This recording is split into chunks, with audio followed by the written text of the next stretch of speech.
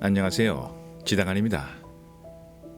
우리의 감정은 우리를 기쁘게도 하고 우리를 참 힘들게도 만듭니다. 특히 부정적인 감정은 나뿐 아니라 타인에게도 큰 영향을 미치기 때문에 이를 컨트롤하는 것은 행복하고 평화로운 삶을 사는데 아주 중요한 요소입니다. 90초 감정의 법칙은 하버드 의대 신경해부학자인 질 볼트 테일러 박사가 발견한 이론인데요. 테일러 박사는 37세에 뇌졸중을 겪은 후 회복 과정에서 뇌의 작용과 감정에 대해 깊이 연구하게 되었다고 합니다. 테일러 박사에 따르면 우리가 감정적 자극을 받으면 뇌에서는 화학적 반응이 일어나고 이 물질이 혈류를 타고 몸 전체로 퍼지게 된다고 합니다. 예를 들어 노르에피네프린이라는 물질이 있습니다. 불안장애 환자들은 이 노르에피네프린 체계에 비정상적인 징후가 포착되는 경우가 많습니다.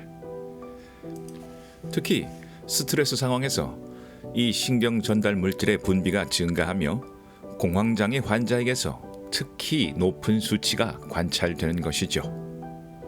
이 물질은 불안, 각성, 공포 반응과 밀접한 관련이 있으며 투쟁, 도피 반응을 유발한다고 알려져 있습니다. 투쟁, 도피 반응이라는 것은 아주 원시적인 반응인데요. 예를 들어 동물이 포식자를 만났을 경우 자신보다 힘이 약하다고 판단되면 투쟁에 돌입하고 자신보다 상대가 강하다고 생각하면 도피를 하는 것이죠. 그런데 투쟁할 것이냐 도피할 것이냐를 선택하는데 가장 중요한 것은 감정입니다. 투쟁을 유발하는 감정은 분노이고 도피를 유발하는 감정은 공포이겠죠. 그러니까 감정은 사실 우리의 생존과 아주 밀접한 관계가 있는 것입니다. 그런데 여기서 흥미로운 것은 이 화학 물질이 몸에서 완전히 처리되는데, 즉 우리의 감정을 일으키는 화학적 성분이 몸에서 완전히 사라지는데 약 90초가 걸린다는 것을 깨달았다는 점이죠. 왜 이럴까요? 이런 투쟁 도피 상황에서 우리의 몸과 마음은 비상사태에 돌입합니다. 그렇기 때문에 정상적인 신체 활동을 차단하고 투쟁, 도피 반응에 적합한 신체 활동을 하기 위해 몸과 마음을 비정상적으로 만든다는 것이죠. 최대한 빨리 도망치기 위해, 또 최대한 폭력성을 끌어올리기 위해 우리는 우리를 비정상적인 상태로 만드는 것입니다. 그런데 이렇게 비정상적인 상황이 계속되면 신체와 정신에 데미지가 오는 것이죠. 그렇기 때문에 이런 비상 상황은 빨리 끝내는 것이 좋습니다. 그 시간이 바로 90초라는 것이죠. 이 발견이 우리에게 이야기해 주는 것은 이렇습니다. 우리가 어떤 상황에서 화를 내고 공포를 느낄 때 사실 우리 몸은 그것을 90초밖에 지속시키지 않는다는 것이죠. 90초가 지나면 우리의 감정을 불러일으켰던 신경 전달 물질은 더 이상 남아있지 않다는 것입니다. 그런데 왜 우리는 계속 불안이나 공포를 느끼는 것일까요? 테일러 박사에 따르면 그 이후에도 계속되는 감정은 우리 스스로 그 감정에 계속 머물기로 선택했기 때문이라는 것입니다. 그러니까 처음 90초의 감정은 우리가 어쩔 수 없는 것이지만 90초 이후의 감정은 우리가 원해서 생기는 것이라는 것입니다.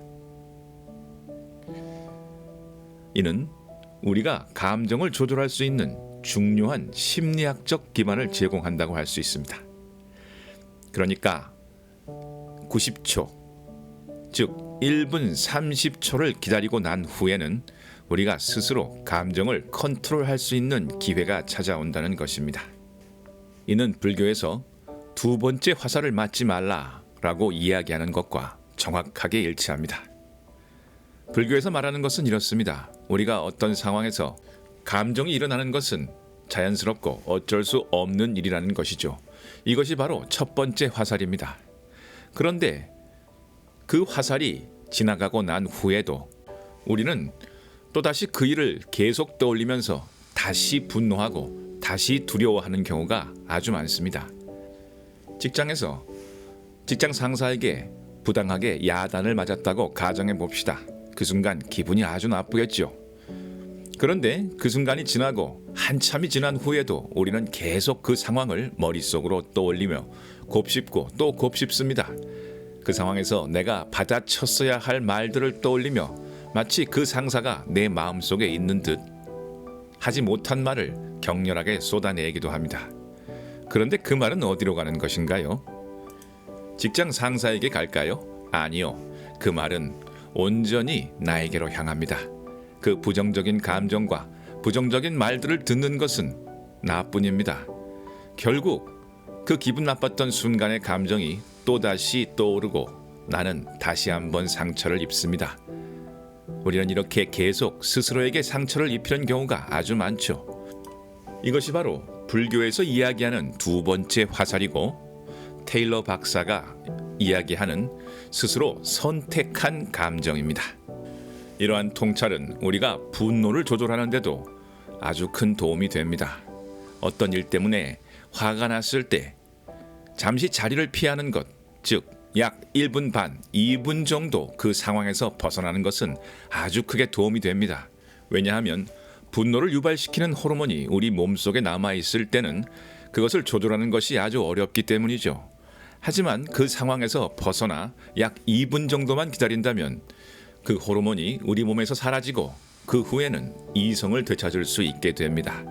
2분, 이 짧은 시간이 당신의 인간관계를 어쩌면 당신의 인생을 구원할 수도 있습니다. 감정은 우리를 인간이게 합니다. 감정은 우리를 앞으로 나아가게 합니다. 감정은 우리를 발전시키고 성장시키죠. 그러나 그 부작용 또한 만만치 않습니다. 감정이 우리를 지배할 때 우리의 이성은 마비되고 우리의 감각은 무뎌지고 우리의 시선은 좁아지고 맙니다.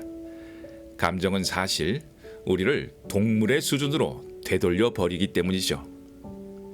이때 우리가 이 메커니즘을 이해하고 1분 반의 감정의 법칙을 이해한다면 우리의 감정을 조절하고 이 감정을 좀 더 유익한 곳에 쓸 수 있는 방법을 찾을 수 있습니다.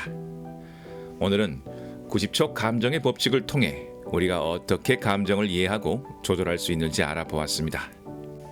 여러분도 감정이 격해질 때마다 90초의 감정의 법칙을 기억하면서 지혜로운 대처 방법을 찾아낼 수 있으면 좋겠습니다.